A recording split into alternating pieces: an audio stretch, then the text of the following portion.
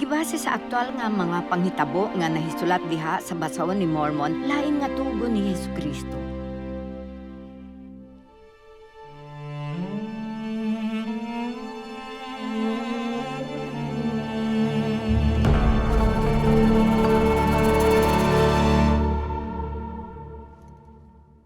Og diay usa taliwala ka namo iyang ngalan si Abinaday. Og nagsugod siya sa pagpanagna.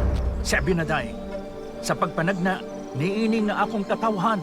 Kay gipatig-an nila ang ilang kasing-kasing batok sa mga pulong sa Ginoo. Wala sila maghinulsol sa mga dautan nilang buhat. Og busa miingon ang Ginoo, mahitabo nga kining henerasyon tungod sa ilang kadautan, dad-on sa pagkaulipon.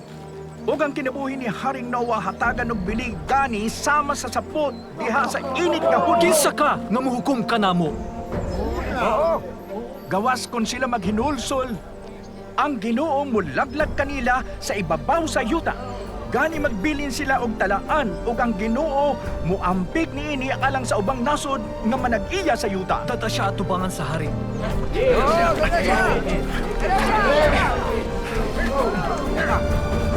Akong hari.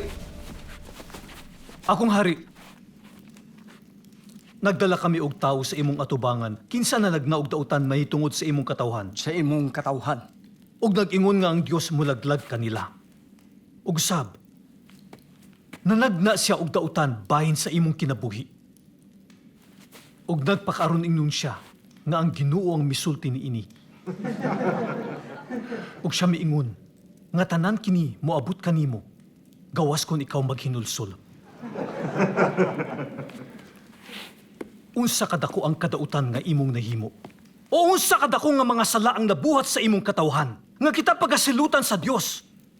O hukman ni ining tawhana? Ibalhog siya sa bilangguan.